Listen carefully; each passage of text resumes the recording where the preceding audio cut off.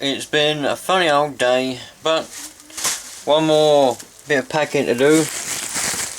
Pack up this amplifier that I've just sold for £1 and 4 pennies. £1 4 pennies. What a lovely, lovely surprise. Well, I suppose I didn't think it was going to sell at all, so for £1 and 4 pennies, that's got to be a bonus. Got myself a nice little box with some packing inside it. Everyone loves a bit of packing. Everyone loves a box. I mean, I love boxes. Mark was taking the piss out of me for collecting boxes, man, but I like boxes. They come in handy. You got to admit, they come in bloody handy. You know, a box and some bubble wrap and a little bit of tape, and you can post off whatever you want to post off anywhere in the world with a box, bubble wrap, and a bit of tape. So, therefore, I declare, Mark, you are completely mad, and boxes are the way forward. Whoa! All done. Oh yeah, I was meant to have a look in this the other day with yous, but I forget. So, this is a box that came not from Euro parts. Well, the box came from Euro car parts, but what's inside it did not. What's inside it is what's left over, bits and bobs that Tom gave me. I believe it's bits and bobs that come from the Focus when my turbo was changed over. Let's have a look inside, shall we? Hello, box of bits. What can I sell out of here then? What we got? Oh look, we got an oil return pipe with a little bit of braided on it. A little bit of braid. Just a little bit, not a lot, just a little bit. Because I got a brand new braided oil feed. Return and feed, actually. No, this is a feed. What am I talking about? This is the old feed pipe. The return pipe is bloody massive, dude. What we got here then? Oh, this is that offending header tank. I tell you what, this was nothing but a pain in the arse. As you can see by the marks on it, Bailey Motorsport! A lot of rubbish if you ask me. I'm not saying Bailey's are, but this is. Because what happens is, this is quite obviously aluminium, and aluminium gets hot, and as this header tank got hot, it boiled the water, which in turn evaporated some of it and also kept popping off this cap, which was annoying, and also it meant my coolant system was under pressure, a lot more pressure than what it should do, plus it meant the engine run hot. So I replaced it with a plastic header tank, an original plastic header tank, as you probably would have noticed if you watched my other videos of the engine. So now I have this aluminium one, which is a load of crap, which I'm going to clean up and sell on the old eBay to some unsuspecting person that doesn't mind if their engine runs hot and boils water all the time, etc. What else we got here then? Well, we seem to have a gasket that didn't need to be used, and oh, this is the sock that went on the air filter. Now the problem being, that air filter, the way that it's designed on that K&N, it's a K&N Gen 2 kit what's on the air filter, not on the car, and it was a mistake buying it because it was about 350 quid and it's a load of crap. What happens is, this sock is meant to be the waterproof sock because the air filter goes down below the bumper and it's about that far away from the road, right? So there's the air filter, there's the road, and the bumper is up here somewhere. And that is just appalling design. I don't know why they designed it like that, and I don't know why I bothered putting it on there, but I did. And as you can see, what happened was, it rubs on the ground, which is why it's all ripped like that, because it rubs on the ground. So now, my air filter, the K&N Gen 2 air filter, is just on its own without the cover on it, so I can't drive it in the rain. I couldn't drive it in the rain anyway, because I think it was the rain sucking in water what killed the turbo anyway, as well as me running it without a dump valve. Whoops. But there you go. It's much better without a dump valve. It sounds a lot better. Less performance, but it sounds better. Anyway, there we go. That's that thing that can go in the bin. Gee-doo, Basil! Right, what else we got in here then? Ah, there's the old thermostat that still works. There's nothing wrong with it. I replaced the thermostat with a thermostat that opens up earlier. Now, what degrees does this one open up, I wonder? 88 degrees this one opens up at. 88. I wonder what degrees the new one opened up at. I could have swore it was more than that. Bloody blimey, I hope it weren't. Jesus. I don't know. I can't remember. I think it might be 86 actually. We might be in the safe zone. I think the new one I put in there was 86 degrees. Anyway, it was supposed to be an earlier opening thermostat. And this is a perfectly good working thermostat. And, you know, there wasn't nothing wrong with it. It worked fine. But like I said, I wanted it to open a bit earlier, so that the engine should, in theory, run a little bit cooler. Which it doesn't. But, well, I suppose it does to some extent. What have we got here? There's an O-ring of some kind. What's this then? Ah, that's the oil drain plug. Yep, because I got a nice blue anodized magnetic oil plug, drain plug to put on it, and that's the oil drain plug, the standard one that come with the car. What else we got down here? Look, we got some gaskets. Oh, look, a nice bit of silicon tubing. Yes, what was that for? I can't remember now. It's an off cut for something. Oh, this is my homemade bung. Now this, this was the bung that I stuck in the tube where the dump valve was supposed to attach to. When I was running it without a dump valve for about 4 months. This is the tube. This is the bung that I made from just a random lump of steel. Yeah. So I wedged it in the tube, stuck a Jubilee clip around it so that the air couldn't escape, and therefore there weren't a dump valve. And all the air used to come out through the turbo, make that lovely chattering sound. But it killed the turbo, so don't want to be doing it again. So now I'm running a dump valve. Not a very good dump valve. It's a Bailey's Motorsport dump valve. I'm running on that at the minute, but nevertheless, it should save me turbo until I can get a better valve. I might even run a recirculating valve on it. I don't know yet. I'll have to see about that. There'll be a video coming up with it, whatever I decide to do. It might go recirculating. Well, it's now the next day, and I have a little thing that come in the post, and it's going to be like a mini unboxing within a video that is not an unboxing, because I got, and I think I said everything I bought was genuine, which I lied.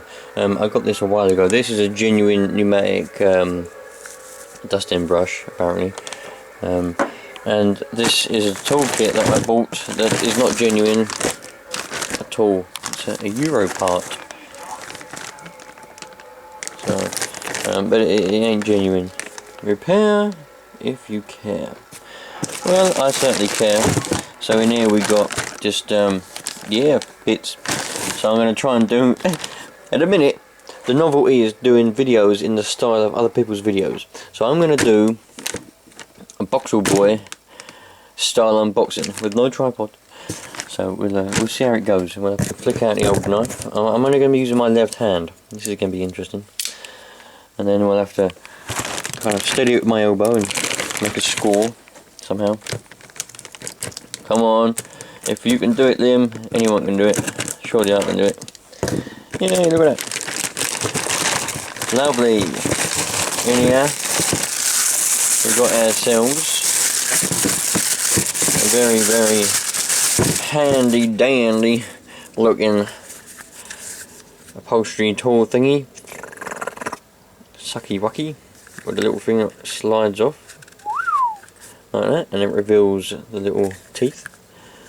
Everyone loves teeth, and everyone loves a brush. We all like brushes, we all like teeth. Well, that's just a rubbish bag. Get rid of that. In here is, you all know what's in here anyway, but this is a adapter tube to put from the hose to the tool in question. And another one here is the very dandy and well trusted crevice tool. I never understand why they have this little thing here. Why do some crevice tools have a little cutout? Never understand. Maybe it's to relieve suction, but who wants to relieve suction, man? You want more suction. Look at that, it's like a square inside there. That's not going to be very good, is it? Never mind. You get what you pay for. and I didn't realise they had genuine ones on a website that I was looking at before I bought this. This was only like £4, and the genuine kit's about £32. I would have paid £32 for a genuine toolkit if I'd have realised that they were there. I think I paid about £6 for that genuine dusting brush, whereas you got this fake dusting brush, which is now on the floor, because the floor is a nice place to be. And you can definitely tell the difference between the genuine dusting brush and the fake dusting brush. Look, you can definitely tell the difference. Fake one, genuine one. Fake one, genuine one. Fake one, genuine one. Yeah, they're taller, different shapes, different sizes. The fake one is a little bit more stiffer than the genuine one's nice and softy wafty.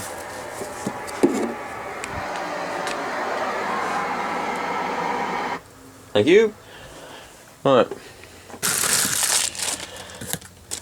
Now this is genuine.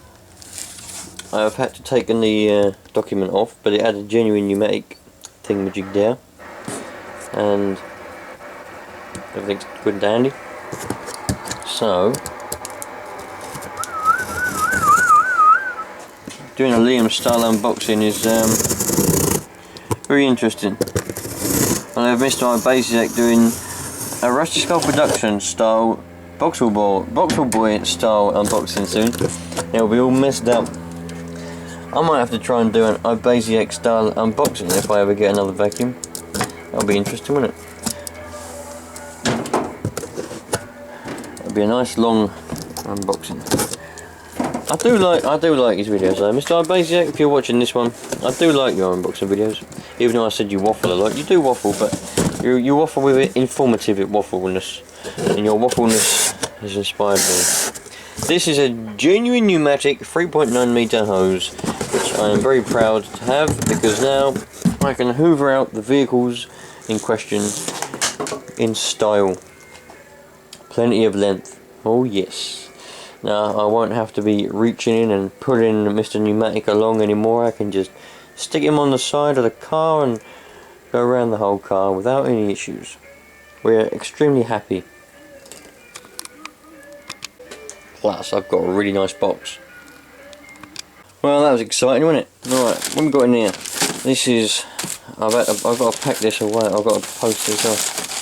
Yeah, I fucked up with this. I fucked up with this big time, because I listed this on the old eBay for £4.95, because everyone else that's selling these in mass numbers is selling it for £4.80, I think. And I thought £4.95, I wonder if I'll get someone to buy it. Someone bought it last night. I thought, lovely job, £4.95. It's free postage, because all the other ones are free postage, so I can't offer one more than, you know what I mean, because I won't sell it, will I? So everyone else will be cheaper.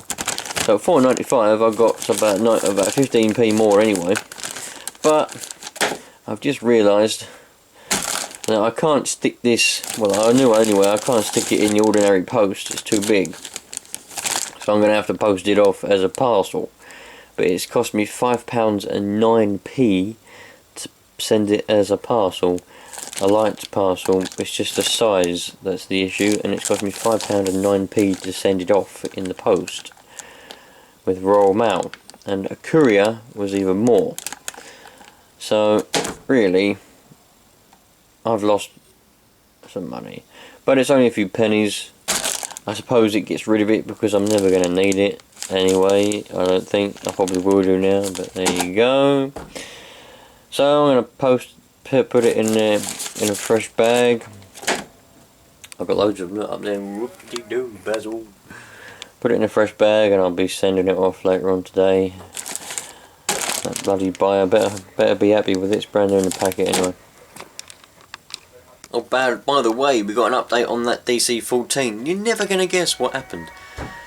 I told you yesterday about the person ordered Hermes to collect it. Well, they sent me. They said that, you know, obviously what's happened is because Hermes don't do they don't do parcels that big. I think the most heaviest they do is about 5 kilograms. No, it's probably about 4 or 5 kilograms, because all their drivers, they don't have any vans. All their drivers, they work from home sort of thing, and they drive around in their own cars, as far as I can gather, because the one that picks up for me drives around in her own car from her house, and then just drops all the parcels off at the depot. And then sometimes if she's delivering, she'll pick parcels up from the depot and then drive around and deliver them in her own car. So anyway, the vacuum, the Dyson DC14 in its box weighed about 9 kilograms, and it was 47 centimeters square by 78 centimeters tall. So I told this woman that when she booked the courier, but she obviously was trying to do it on the cheap, because she said my postage quote of £26 was too expensive.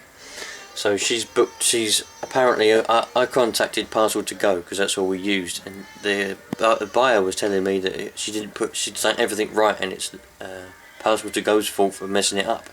But I contacted Parcel to Go, and they told me that she'd entered the dimensions 10 centimeters squared, 10 centimeters by 10 centimeters by 10 centimeters, and of a weight of 2 kilograms, which was why she got the price of £9.80. Which is why when the lady turned up, it wouldn't fit in her car, because she thought she was collecting a parcel of 10 centimeters squared and 2 kilograms. So anyway, eventually this nice lady sent me £20, so I've ordered it to be collected by Yodel. So I've done it properly this time. It's being collected by Yodel. So let's just sort that out, and I just hope she ain't going to be a pain in the ass when it gets to her, and she's going to like it and not go, well, I thought it was going to be brand spanking new.